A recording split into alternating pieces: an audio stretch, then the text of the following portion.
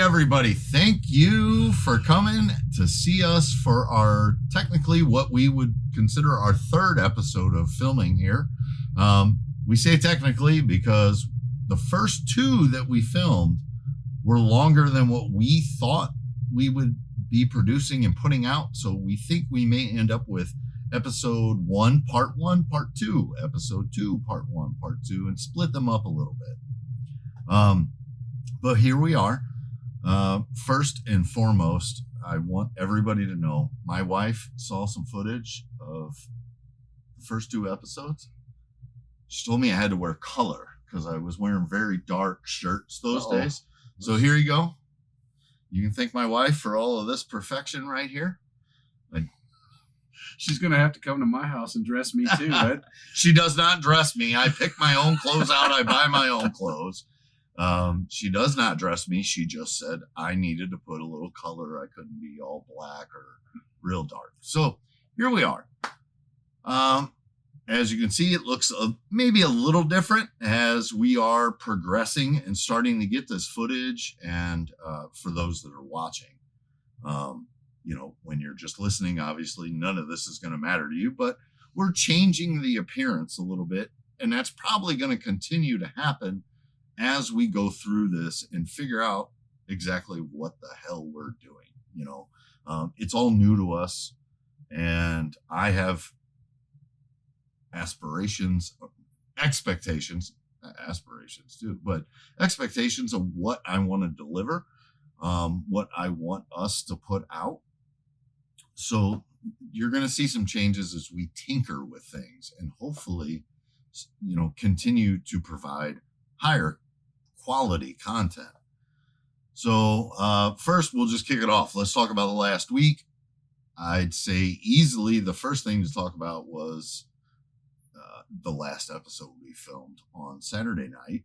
It is now, Wednesday night. Saturday night, we had Andy Parks and Phil Hester came in and they sat in for our second episode. I think we had some great conversations there. Absolutely. We got some fantastic information. So thank you to them both for coming in. When we talk about learning from what we're doing, that was the first footage I watched and I was like, we definitely need multi-camera or we got to change our layout. We're still going to put it out. Obviously, we're going to do the best that we can with what we have, but we're learning from what we do. Well, and with any luck, maybe we'll get them back here again to do it some other time. Right. Sit in on the better format and it'd be a little, but. Well, I mean, I still have more questions. Oh, sure. We could have gone on another 2 hours. Right. Sure. Yeah. Can't expect them to stay here all night. They already stayed twice as long as we originally asked them to. So, yeah. And it was easy to do. And then on top of that, during the break, they started to do some shopping. We took a break mid filming and recording. They were doing some shopping and they were both after the same title. They wanted some Warlord books. Absolutely, they did. And I guess the way you say it, we hooked them up. We gave them both. They walked out here with stacks, each one of them. Well, the funny thing about that is I've been trying to build a Warlord run because I had a small bit of Warlord books as a young kid and got to read those and never anything else. And I know that run did not go on for so long because it was terrible.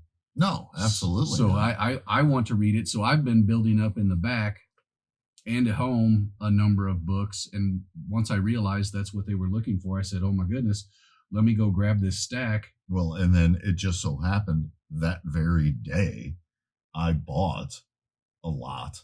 Right. That had a full short box of Warlord books in it. So we pulled this all out. They were kind of like honey badgering, like, oh yeah, finding all this stuff. And obviously as a thank you, not that Warlord books, demand big money or anything, unfortunately, because, I think, Grell did fantastically with that and it's completely underrated.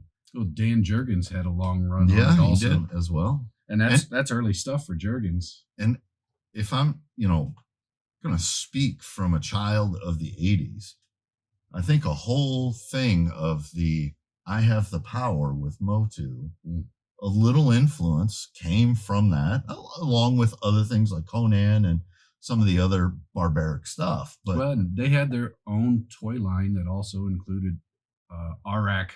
yeah, And I don't know if it was exclusive, but was definitely available through Kmart, according to all the ads that they put Sure. in the comics themselves. And oddly enough, that was, my brother and I, as kids, asked for Motu toys, and a couple of times we got Warlord because somebody was shopping at Kmart. They saw muscles. And, so that was it's just, Motu. there's another little bit of my nostalgia right there Yeah. for that whole property is those toys. For me, my dad was just huge into the whole warrior barbarian thing. Like, I probably watched some movies I shouldn't have as a young child. That's a whole different episode that you can't have the kids watch. I'll explain some of those because they get weird. All right. So anyway, they got, they both took home a nice stack of stuff with them. And so fantastically, Sunday at the con, and we'll put for the people watching and those that aren't, you're just going to miss out, or you'll have to go check out our social media. But Sunday at the con, Phil and Andy wanted to say thank you to us for the evening, I guess, and did this fantastic commission, duoed on that, and we are going to figure out where to hang that here in the shop and let it be on display for people to enjoy, because as James put it, that's pretty dope. Yeah, I sent him the picture when I got it on Sunday. He said that's pretty dope. So, and it is. It's fantastic. And thank you to both of those gentlemen. Yes, thank you, gentlemen. We're going to put this here on display and enjoy it very much. Absolutely appreciate that more than you can know, because you could have drawn 200 different characters, and that one hit the spot for me. Yeah, it's great. So with that is a new item we're going to have in the shop, only on display, obviously, not for sale ever. Let's talk about what came into the shop over the last week. Oh my goodness. I mean, it's I said it a little while ago off camera. It's a never ending story. We get to live the life of obtaining things, but not necessarily collecting them. Yeah. But we get to obtain over and over and over. And, it's always a surprise when it walks through the front door. We don't always know what's coming in. Even if they call, they give us little tidbits. Well, yeah, and there is plenty of times we might see stuff that somebody doesn't really know about, Right. So, and obviously, and any comic dealer or buyer that's out there knows the saying, they're all still in plastic when it comes to comics. Well, most of them didn't come in plastic. If only we could have $1 every time somebody said that on the phone. I wouldn't need the store. I wouldn't need the shop. We'd be sitting on a beach somewhere, man. So, we get a lot of that. And this week was a big week for buying. A lot came in. We got a great lot of Marvel Legends, and sometimes nowadays when you hear that, you're like, oh, are you just bringing me all the stuff you bought from Ross and Ollie's? Yeah, are you bringing me the $5.99, $6.99, $4.99 discount stuff? Well, this was a nice lot, and it actually, took a few hours to go through, price up, and make a fair offer to this seller. It was older waves. Yes and no. There was some older stuff, but there was plenty of the black box stuff, Sure. And they were just good characters, and good ones that weren't case heavy, as they went out to the, to the stores. We bought a bunch of comics. I think there wasn't, there was one comic that I'm going to get to, but we bought 40 boxes in the last 6-7 days at least. And yeah, I hadn't really added it up in my mind, but it's quite a bit. And that's long boxes. Long boxes, not shorts. No, and all of that over the last week is just what walked into the store. And I promise people, I will form a habit to stop hitting the table to make that noise. I'm gonna put some mittens on you. Yeah, I might need a little oven mitts. Oh gosh, I was going to make a bad reference, but we'll leave that alone. So much has been coming in. We're seeing a rise in selling right now, for whatever reasons, various reasons. Well, when there's a dip in people buying things, we always see a selling rise in goes up. people selling things And to us. we are seeing a dip this year for the first time in 4 years. We're seeing a dip in sales. And, it was just constant growth. And then we had 2 years back to back, very little growth between the two. But we also cut out so much. I guess we'll go into that now. I don't know. It's a good time. But, well, we mostly stopped buying Funkos. Well, we stopped buying Funkos. But when I say we stopped doing so much, and we had our best year ever. I mean, it was 3 years in a row we had that. That fourth year was so close. Not, the greatest growth, but, 5%, I think we grew. Over 24 over 23. And that's what I'm saying is, like, we stopped doing all of our shipping and claims. We're going to come back to that, because that is a whole nother subject. I'm straying off, but they're kind of connected. It's a whole other podcast explaining why those things happen. But the end result is we stopped doing that. And maintained. And we stopped doing sidewalk sales. We cut down on our conventions. So anyway, people that have followed us on social media have heard this repeatedly. So I apologize. Moving back to what we bought, there was an influx of selling merch walking in here over the last, couple of weeks. Nothing really, again, of note. I mean, we do have some nice little lots of Silver Age and Bronze Age that we're processing, and it's coming out. You guys will see some new stuff here real short. Well, by the time this video comes out, that'll be a month ago. So lots of 50-cent and dollar books. Lots of bulk, but we do have plenty of quality, and we're also still working through older stuff. That's not what I'm getting to. So the one big notable book, we took the long way around to get around here. But it's a banger. We had a Venom Funeral Pyre 1 error book. So there was no foil, no holofoil adhered to the cover when this book was printed. So everywhere the reddish gold foil was, it was just blank white. Now, more people are going to be familiar with the Venom Lethal Protector number 1. Which has a couple of different errors. Yeah, there's a few. 2, 3 maybe. But this book in particular, there's only one graded that is trackable anywhere.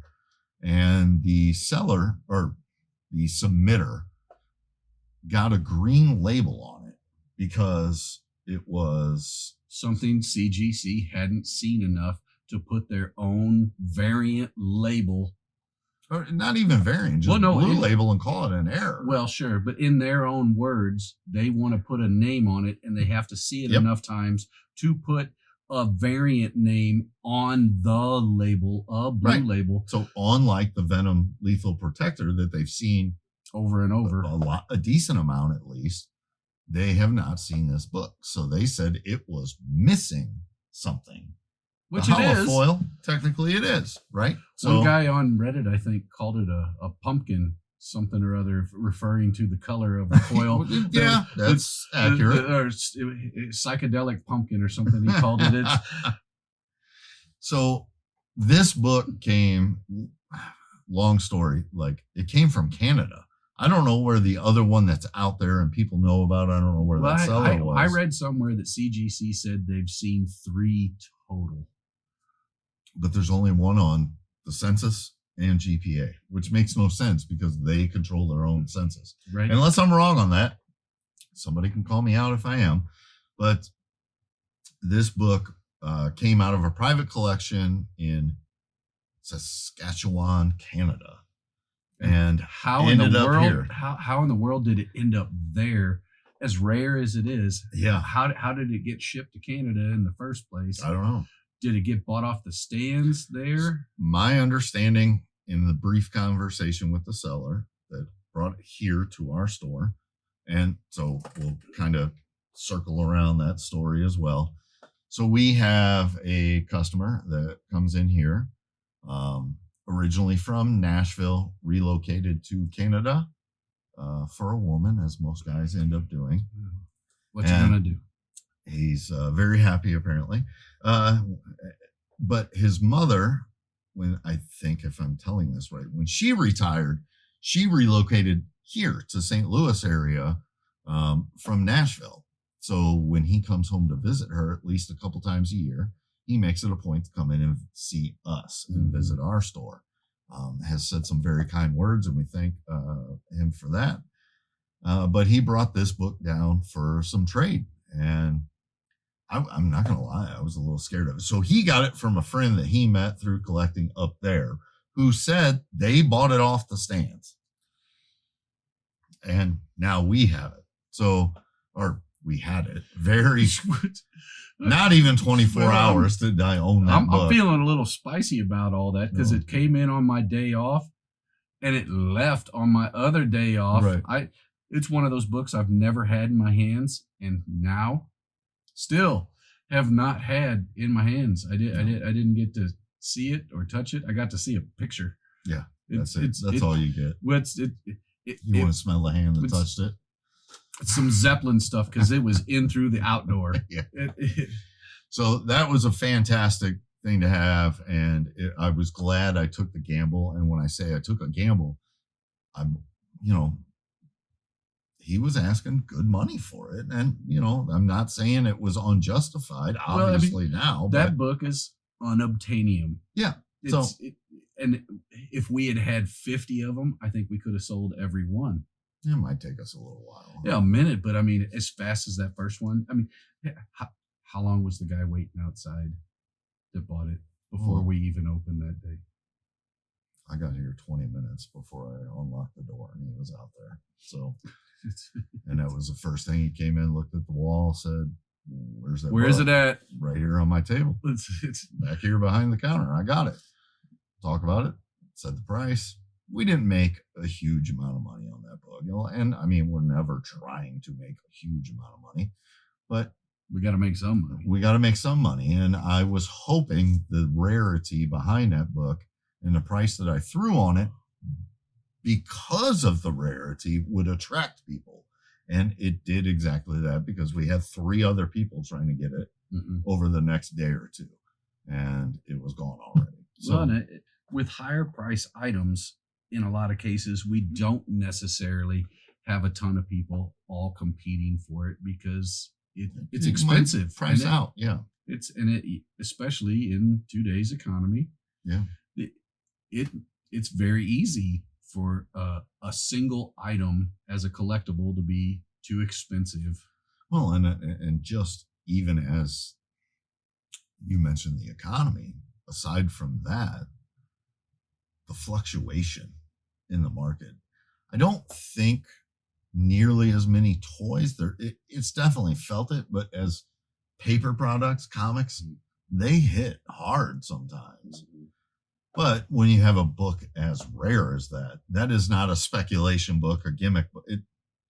Technically, that's a little bit of a gimmick. But it was an error halofoil. Well, halofoil. The regular version of that book is a gimmick. Exactly. So, so that was great to have and to move out that quick. Again, I don't think we own that book for 15 hours. Yeah. Well, and there's an incredible chance of us to even have something like that. It went real quick, but we just don't see things that rare that often. Well, no, it's not like an item like that walks in here every week, for sure.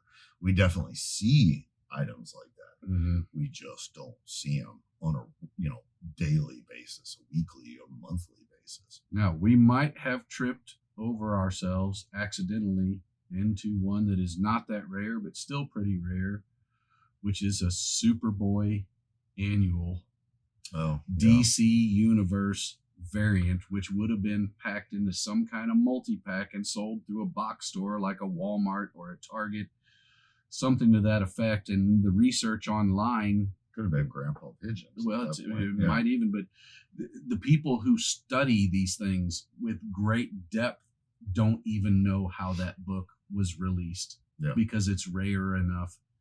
there's no traceable evidence of where it came Yeah, from. well, I mean, essentially. nobody has a sealed Right. one to show to us. Right.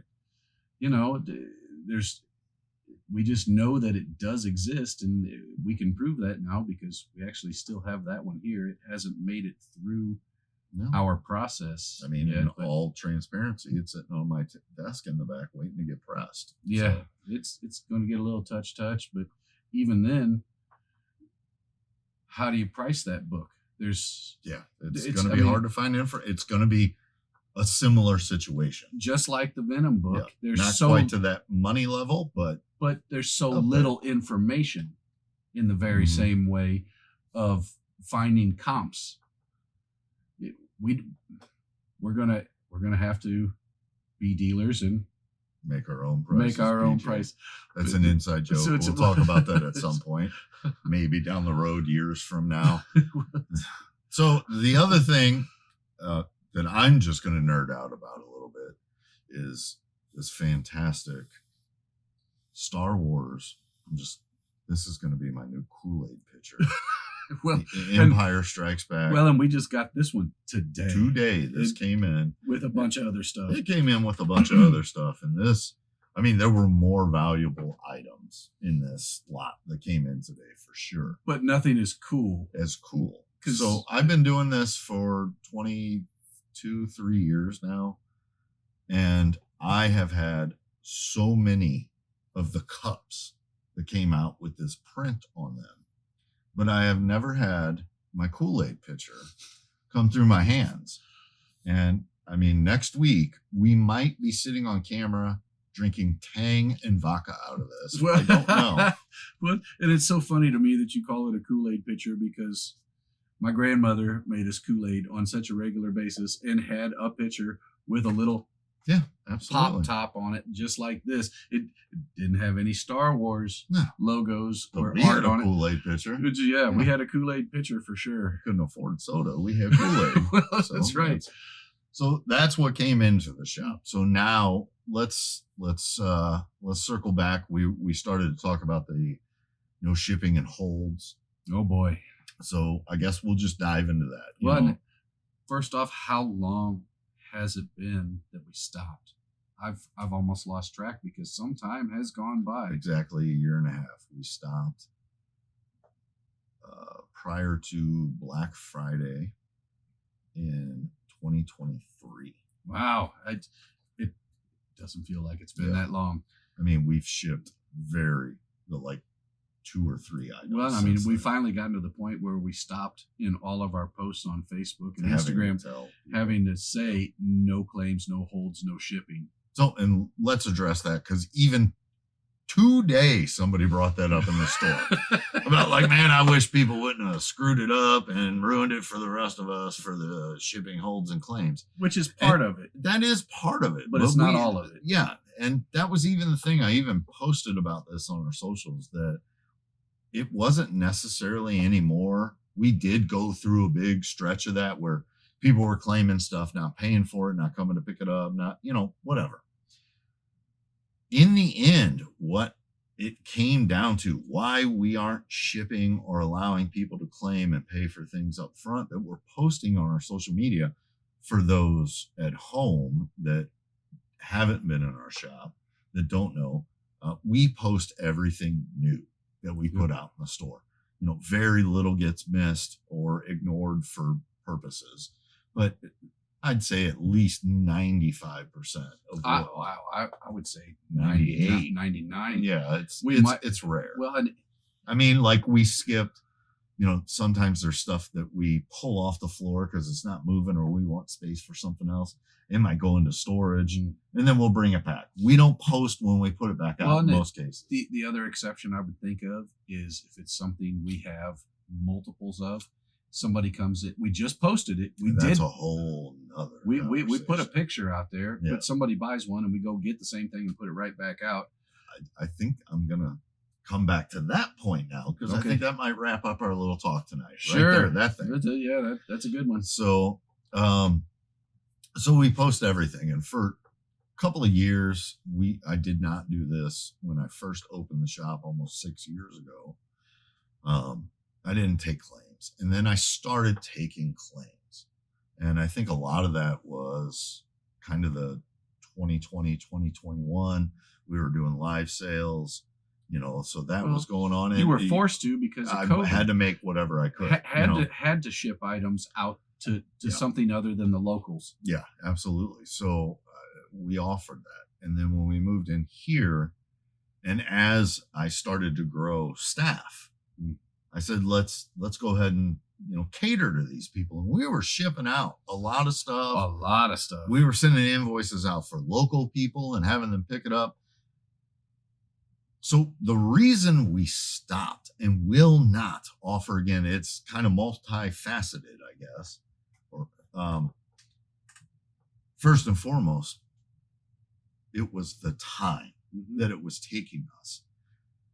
I mean, literally on a weekly basis, there could have been one 40-hour a week person dedicated to pulls, shipping, dropping stuff off, to get out, sending invoices, all of that stuff. And it was 3 of us that were splitting that up. Yeah. Well, I think you could call that risk versus reward. Right. So, and we were making money, like we were selling stuff.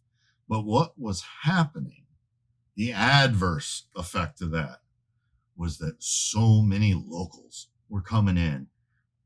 And so I'm even going to crack the onion a little further and go another layer. So many locals were coming in and saying, like, I want to get this.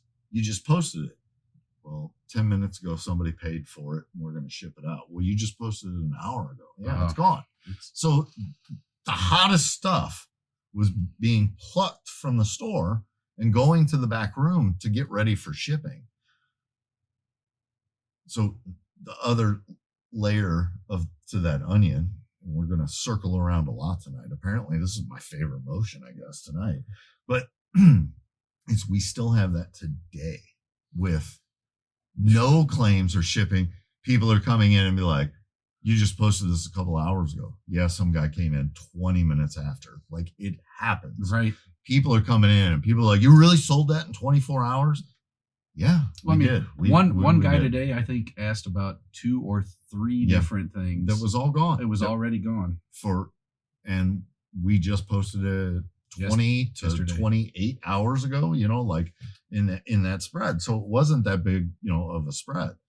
And it was gone already. Well, so I had to tell one of the guys that thing you just asked about.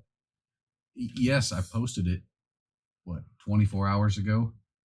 There was a guy here within 2, maybe 3 hours. I mean, it's you didn't miss it by just a little bit. Yeah, you missed it by a day. Yeah, he drove right over here. Yeah, and I get not everybody has that ability, but that's how it works. People run in to get what they want, and that was what I was willing to take that gamble on because. That's where I was going. People weren't paying, people weren't picking up. We had those issues, but it was dwindling. The bigger issue started to come from the local people here weren't getting a chance at what we were putting out. It was going elsewhere. And I don't believe in like my community here first. That's real. I don't believe in just wanting to ship all the good stuff elsewhere without having an opportunity for our people around us to have that. That was the absolute biggest thing.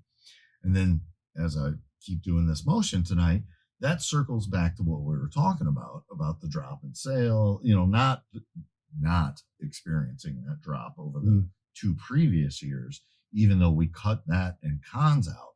I think it was a benefit for us because it was more front facing for our people here. Yeah. And if I might peel that onion just a little bit further. We're going through the layers. We were doing a lot of extra work. That's what I was getting at. For no extra money. No, and in fact. And doing it for people that aren't our actual local customer base. And it was more work, which cost me more money. Yes. And then the flip side to that, all those invoices, those payments, the shipping, like that cost me more on top of it too, rather than us just selling it here in person. in the shop. So that was, we made the right decision, and we're Absolutely. going to stay that way. Zero regrets. Now, with that being said, at some point, we are going to start loading up the eBay store, but that is not going to be stuff that we're like brand new stuff here.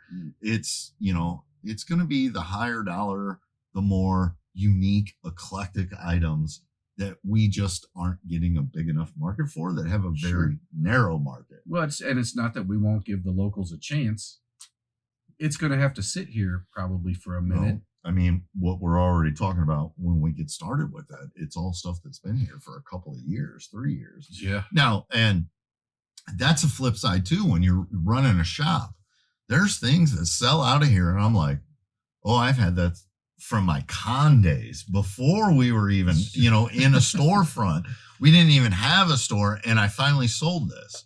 And, so that just happens. But and conversely, we put out things and we laugh and say, nobody's ever going to buy this. And it's the first thing to walk out the door. And it's immediately Freddy gone. Krueger chopsticks today. Or was that yesterday? Yesterday. You were posting toys. Yeah. And you put out Freddy Krueger chopsticks, little leather glove with 2 stainless steel chopsticks on them. And we were like, this is never going anywhere. It's $4. Nobody's going to buy this. And Scott and I laughed about it, absolutely 100%. And you know what? Bless that woman that bought those things. It was the first toy of those posts to sell. Almost. I mean, it was crazy. It just, So then that brings us back to, I don't know, what was I circling back to?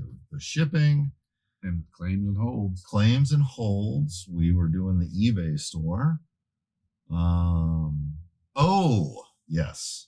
Duplication. Oh, yeah. Duplication. That's been here for a while. Can I have a discount? I have 10 more in the back, and we've sold 20 of them already, sir. Well, I don't know what you want. Like, we have a Secret War set sitting in a case, near mint, beautiful set. Guy came in and was like, would you cut me a deal? And I was like, okay, would you cut me a deal? I know this has been here since last summer. Uh-huh. And I'm like, okay, so yes. Last August, I went and I bought a collection in Springfield, Illinois, and the collector was a speculator in the 80s and 90s. There were 5 and 12 and, dozens of issues of certain things. Mm-hmm. That was our 5th or 6th Secret War set that I've had. I just kept putting them in there, they're going, they keep going. But I did say, well, this one has been around a little bit. To the customer's credit, if we don't post another picture, sure.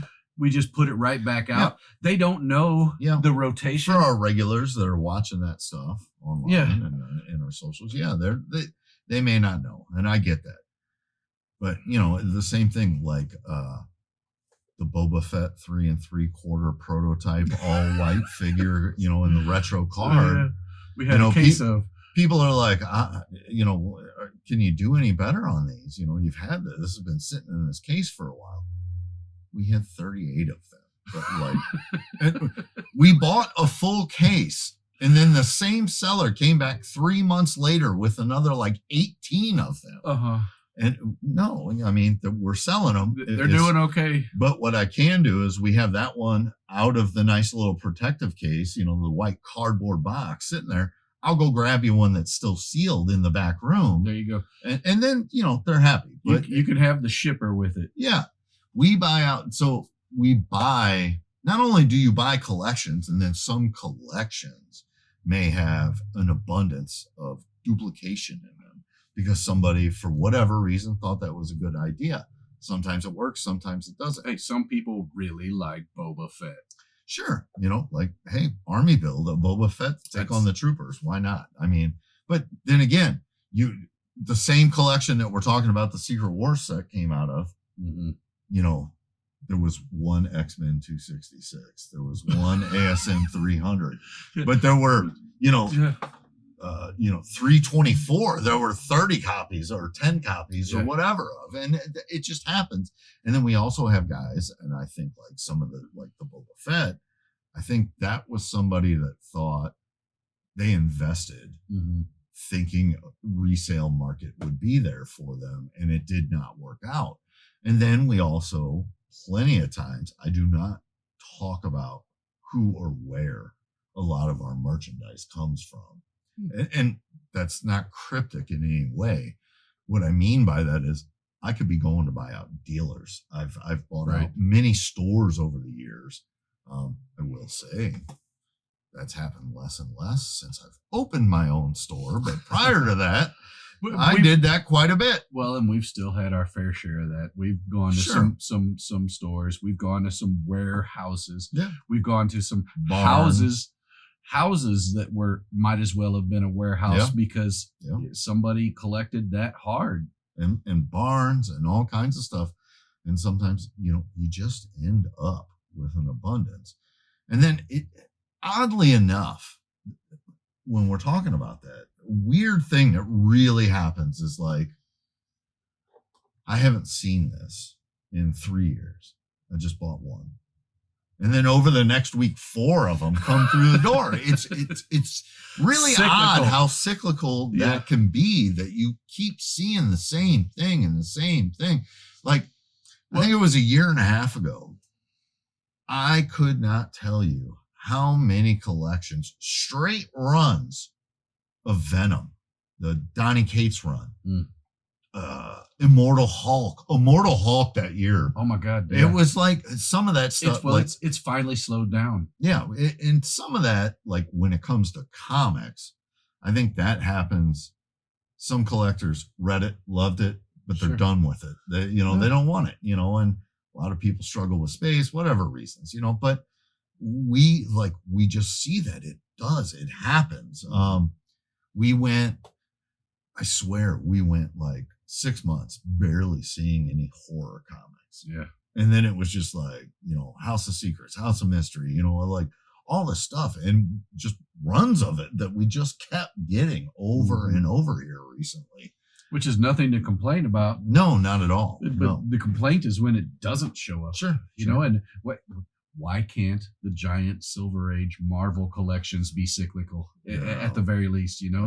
They're so few and far between. I think so. I think that's all. Do we want to get into this now? Because I think that could be a long conversation that we might say for next time. That might be our big topic. We don't have too much time left. Yeah. So this one we're keeping short and sweet tonight. We're not doing a part 1, part 2. It's been a long couple of weeks for both of us. So we're just going to finish up what we got to do. We are going to come back to that. I have a lot, I think we both do, on why we're just not seeing the abundance of silver and even golden age right now. And we're going to talk about the generations and the people who have collected that and when we're going to see that again. So much to say about that. Yeah. So hopefully we'll remember that next week when we come back. Well, it's something that's always on my mind because I think the next decade will be very telling about what's sitting where and how long it's been sitting there. And people finally being ready to let go of it. And it might be because they're not ready to let go of it, but their family is because they're gone. Might not be around or they're gone. Yeah. And I think we'll see some of that, but I think the decade mark, which is stretching us out a little bit longer with a lot of that stuff, it's always been this way. See, we're already going down the rabbit hole. We shouldn't be doing this, but I'm just going to say it's a generational thing. Absolutely. I think there is more of those collections in people our age's hands right now than what we're used to seeing with, the older guys or people that phased out of that. 20 years ago, we were able to buy this stuff regularly. I always had an abundance of silver and bronze age. Yeah. 20, 15 years ago, 10 years ago. It wasn't hard to find. I mean, it's gotten harder just here in the last 7 years to find that stuff. And we keep lucking out Our problem is, and it's a good problem to have, we just sell it way too fast. Yeah, Get it. we can't hang on to it. Like, And I mean, there's plenty of other parts of this shop that do exactly the same. sure, thing. where you see a certain cycle of toys, magazines, stuff like that. I mean, same thing. We were just talking about cyclical. In the this was last summer again.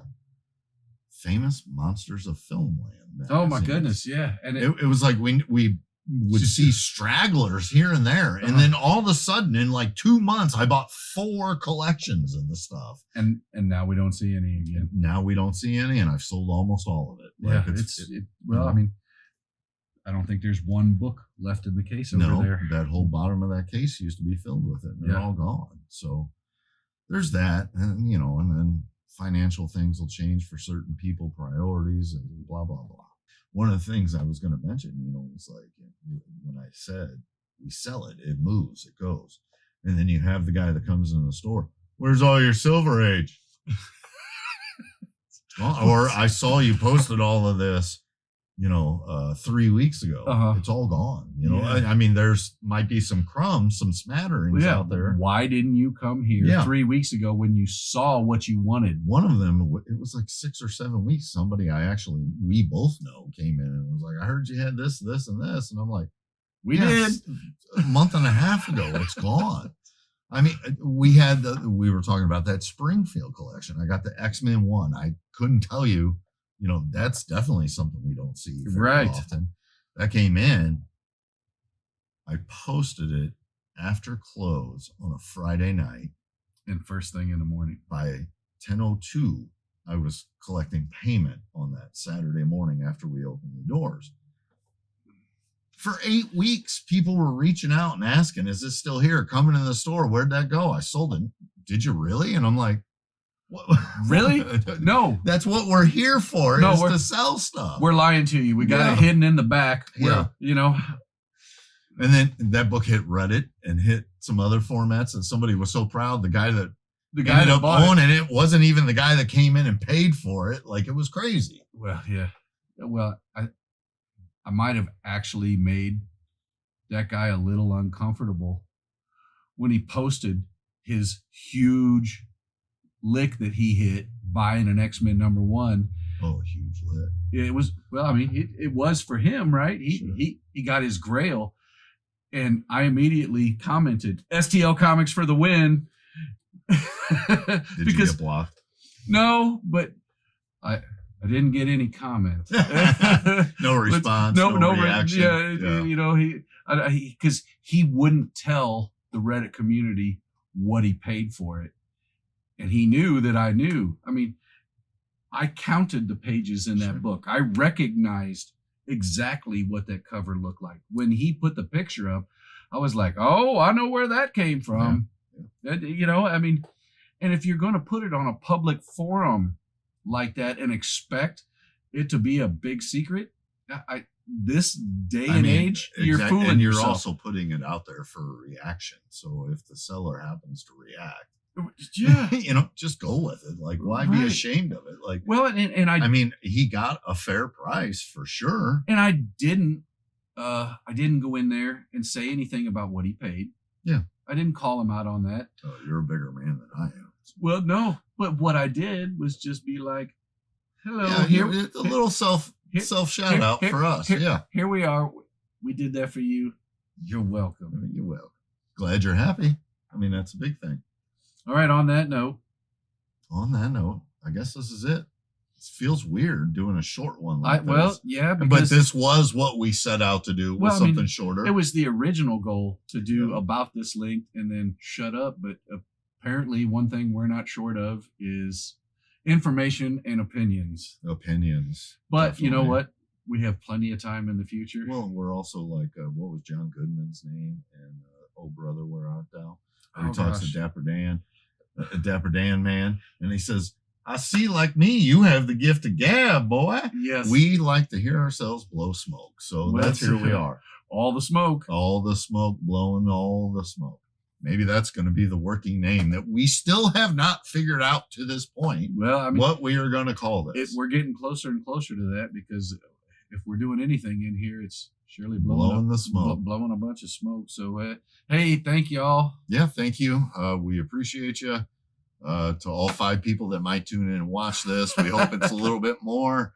Obviously, the feedback, the excitement at this point that we're hearing, obviously, this won't come out for a while, but here, what we're hearing in the store is a lot of people are excited to see, and listen. Well, and they may be disappointed. That might happen. That's fine. But anybody that doesn't just tune in, but has actually hung out with us through this entire cast, you're 45 minutes deep. We appreciate your time. Thank you. Have a good week. We'll see you next time. Cheers. Thanks for tuning in. Now it's time for the obligatory ask that you go like, subscribe, and share so that we can keep doing this.